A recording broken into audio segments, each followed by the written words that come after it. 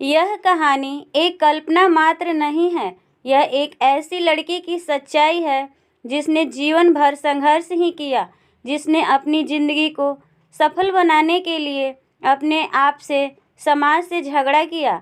जबलपुर वह शहर है जहाँ पर उस लड़की का जन्म हुआ था।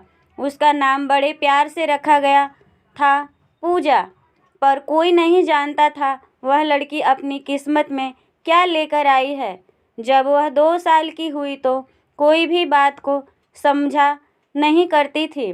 उसकी माँ हर दिन उस लड़की में परिवर्तन देखा करती थी। वह छोटी सी बच्ची के मुंह से माँ शब्द सुनने के लिए तरसा करती थी, पर उसकी माँ को यह पता नहीं था कि उसकी लड़की में कुछ कमी है। एक दिन अचानक से उस लड़की को दौरे पड़े और वह जमीन पे लौटने लगी।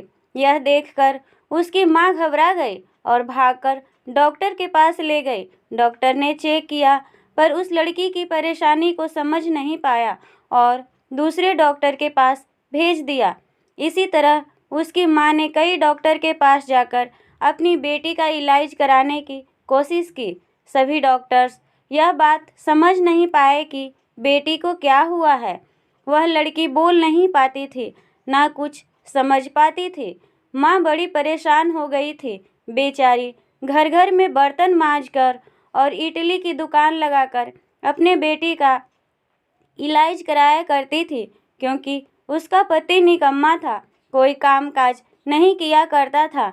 माँ ने हिम्मत नहीं हारी और फिर डॉक्टर के पास ले गई। डॉक्टर बोला, आपकी लड़की पागल है, इसे पागल खाने में भेज दो। माँ गुस्साकर बोली, डॉक्टर साहब, मेरी लड़की पागल नहीं है। और फिर वह वहाँ से चली आई। लड़की 4 साल की हुई। उससे स्कूल जाने का समय आ गया, लेकिन उस लड़की को दौरे पड़ना बंद नहीं हुए। उसे स्कूल में भी दौरे पड़ जाया करते थे। वह ज़मीन पर लौटने लगती थी। कभी कभी जब वह अपने दिमाग पर काबू नहीं कर पाती थी, उसे अंदर से कई प्रकार की तकलीफ होती थी। उसे स्कूल के बच्चे हमेशा परेशान करते थे। सीधी सादी भोली भाली सी लड़की, उसे क्या पता था कि उसके दिमाग में परेशानी है। हम तो तब हो गई जब एक दिन स्कूल की टीचर ने उसकी माँ को बुलाई। बोली, आपकी लड़की तो पागलों जैसी हरकतें करती है।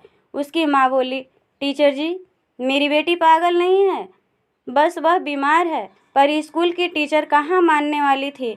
उस लड़की को स्कूल से निकाल दिया गया। माँ परेशान रहने लगी। फिर दूसरी स्कूल में दाखिला कराया गया। वहाँ एक टीचर थी, बहुत अच्छी टीचर। उसने उस लड़की को पढ़ाने की जिम्मेदारी अपने ऊपर ले ली। कुछ समय बाद माँ को एक नामी डॉक्टर का पता चला। वह अपनी बच्ची को उस डॉक्टर के पास ले गई। डॉक्टर ने चेक किया और बताया कि आपकी लड़की पागल नहीं है। नाम बताओ जिसने इस लड़की को पागल कहा है। मैं इसे ठीक करूँगा। बस इसके पेट में एक पटार है जो धीरे धीरे इसके दिमाग में चढ़ने की कोशिश कर रही है, जिसकी वजह से इसको दौरे आते हैं। मैं इस पटार को निकाल कर नए तरीके से इलाज करूँगा। डॉक्टर की मेहनत सफल हुई। वह लड़की ठीक हो गई, लेकिन डॉक्टर ने बताया यह लड़की अपने दिमाग से और अपनी उम्र से 2-3 साल पीछे चलेगी, पर यह ज़रूर पढ़ेगी, लिखेगी और बोलेगी भी। फिर स्कूल में टीचर की मेहनत रंग लाई। धीरे धीरे वह पढ़ने लिखने लगी। इस तरह उस लड़की ने अपने जीवन के कई उतार चढ़ाव देखे और बीए पास कर ली। लेकिन लड़की के भाई बहन उसे ठीक हो जाने पर भी उसे पागल बनाना नहीं छोड़ते थे। आसपास के मोहल्ले के कई लोग उसे पागल पागल कहकर बुलाया करते थे। वह लड़की हिम्मत नहीं हारी। जब वह पूरी तरह ठीक हो गई तो उसके बड़े भाई ने उसके ऊपर पहरा लगाना शुरू कर दिया। उसे बाहर छज्जे में खड़े होने नहीं देते थे और उसकी पढ़ाई लिखाई पर में भी पाबंदी लगा दी गई। वह लड़की पढ़ना लिखना चाहती थी और आईपीएस अफसर बनना चाहती थी, परंतु उसकी माँ और भाई ने उसकी कोई इच्छा पूरी नहीं की और उसकी शादी कर दी। शादी होने के बाद भी उसके ससुराल में उसके सास ससुर ने उसे आगे पढ़ने लिखने नहीं दिया। घर की जिम्मेदारियों का बोझ उस पर डाल दिए। वह लड़की अपनी इच्छाओं को मारकर अंदर ही अंदर घुटती चली गई। उस समय टेलीफोन का ज़माना था, इसलिए वो चाहकर भी इंटरनेट में पढ़ाई नहीं कर पा रही थी। और जब मोबाइल का ज़माना आया तब तक उसकी पढ़ने लिखने की उम्र निकल चुकी थी। फिर भी उसने हिम्मत नहीं हारी। फिर आया फेसबुक। उसने उसके माध्यम से अपनी पहचान बनाने की ठानी। उसे कविता, शायरी, लेख लिखने का काफ़ी शौक़ था। 11 और 12 क्लास में स्कूल की पत्रिकाओं में अक्सर उसकी कविताएं और लेख छपा करते थे।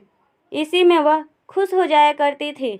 लेकिन शादी के बाद उसकी इच्छा दफन होकर रह गई थी। फेसबुक के माध्यम से उसने अपनी कविताओं और विचारों को लोगों के सामने रखा, जिसमें उसको बड़ा मान सम्मान मिलने लगा था। अब मैं आप लोगों से सवाल करती हूँ, ना जाने उसके जैसे कितनी हजारों लड़कियाँ हैं जो अपनी इच्छाओं को पारिवारिक मजबूरी या आर्थिक मजबूरी के कारण दबा दिया करती है। क्या लड़कियों की इच्छाओं का कोई वजूद नहीं होता है? क्या लड़की की इच्छा का इस तरह अंत किया जाना ठीक है? अब मैं आपको यह बताना चाहती हूँ कि वह विक्षिप्त लड़की कौन थी।